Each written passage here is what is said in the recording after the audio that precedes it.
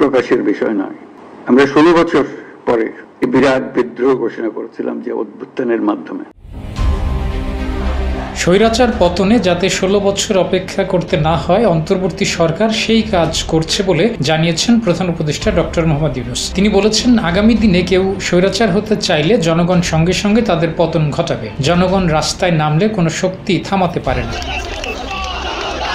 1 জুলাই মঙ্গলবার জুলাই গণ অভ্যুত্থানের মাসব্যাপী কর্মসূচির উদ্বোধন অনুষ্ঠানে এসব কথা বলেছেন প্রধান উপদেষ্টা। কোনো স্বৈরাচার যেন কোথাও মাথাচাড়া না দিতে পারে, সেজন্য জুলাই দিবসগুলো প্রতি বছর পালন করা হবে বলেও জানানো হয়েছে। RICL TMX, যুগের পর যুগ স্থাপনা থাকে মজবুত।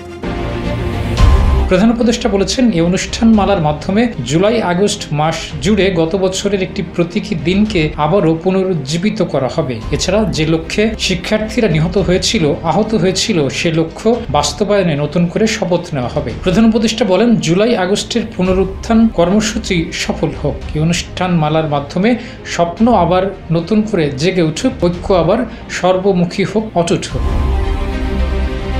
2024 সালের 5 জুন উচ্চ আদালত একটি রুল জারি করে 2018 সালের সরকারের কোটা বাতিলের সিদ্ধান্ত বেআইনি ঘোষণা করে। উচ্চ আদালতের ওই রুলে কোটা ব্যবস্থা পুনর্বহাল হয়। এর প্রতিবাদে বিক্ষোভ শুরু করেন শিক্ষার্থীরা। জুলাইয়ের 16 তারিখ থেকে 6 আগস্ট পর্যন্ত বিক্ষোভ চরমে চলে। জুলাই বিপ্লবের সময় অন্তত 875 জন নিহত হন। পরবর্তী আন্দোলনের মুখে 21 জুলাই উচ্চ আদালত কোটা ব্যবস্থা সংস্কার করে 93% মেধাভিত্তিক এবং 7% বিভিন্ন কোটা থেকে নিয়োগের সুপারিশ করে। 23 জুলাই সরকার উচ্চ আদালতের নির্দেশনা অনুযায়ী প্রজ্ঞাপন জারি করেন। তবে এরপর শিক্ষার্থীরা আন্দোলনে সরকারের দমন পীড়নের প্রতিবাদে তৎকালীন প্রধানমন্ত্রী শেখ হাসিনার পদত্যাগের দাবিতে আবারও বিক্ষোভ শুরু করে। 5 আগস্ট পদত্যাগ করে ভারতে আশ্রয় নেন শেখ হাসিনা। এরপর 8 আগস্ট অন্তর্বর্তীকালীন সরকার গঠিত হয়।